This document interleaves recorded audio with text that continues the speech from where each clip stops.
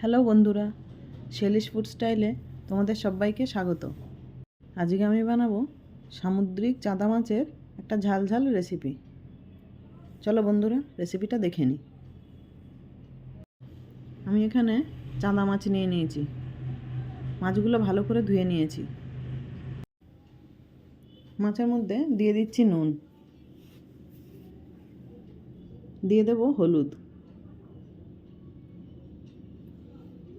নুন আর হলুদ দিয়ে মাছটা মেখে নিচ্ছি।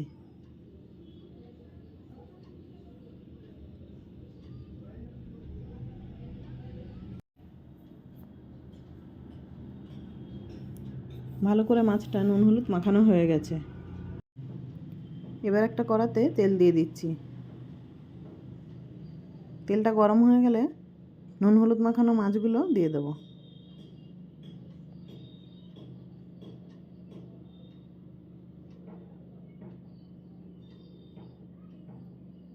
মাছটা এক পিঠ ভাজা হয়ে গেছে, অন্য সাইডটাও ভেজে নেব।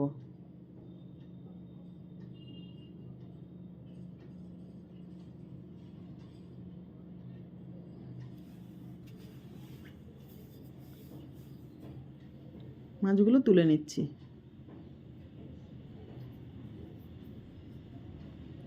এইভাবে বাকি যে মাছটা ছিল সেটাও আমি ভেজে নিয়েছি।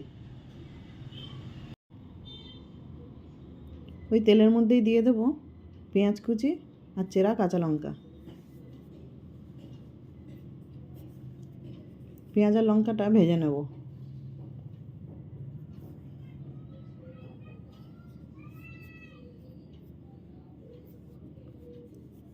লাল করে ভাজা হয়ে গেছে, দিয়ে দেব একটা বড় সাইজের টমেটো কুচি।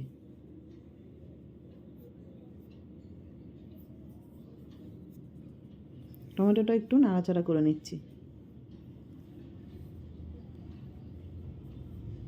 দিয়ে দেব স্বাদ মতো নুন।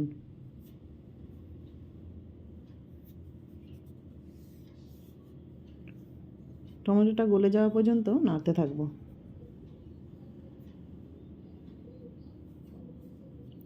টমেটোটা গলে গেছে, এ সময় দিয়ে দেব লঙ্কা গুঁড়ো,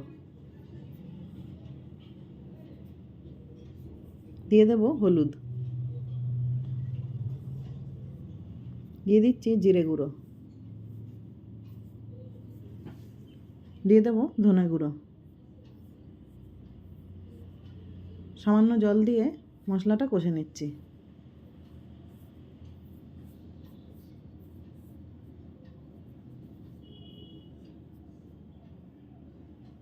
মশলা থেকে তেল ছাড়তে শুরু করে দিয়েছে। মশলাটা কষানো হয়ে গেছে।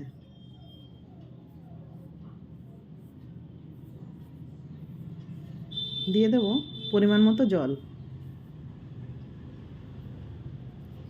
জলটা একটু ফুটে উঠলে ভেজে রাখা মাছগুলো দিয়ে দিচ্ছি।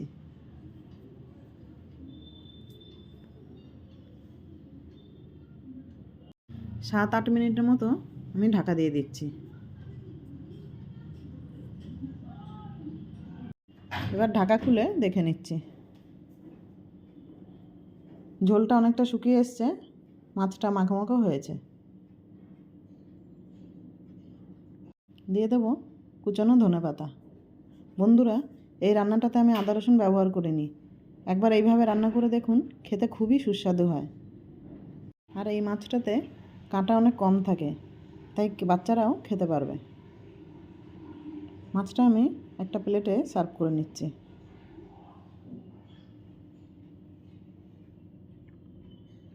বন্ধুরা, ভিডিওটা ভালো লাগলে কমেন্ট করে জানাবেন আর একটা লাইক দিয়ে দেবেন। দেখা হবে পরের ভিডিওতে।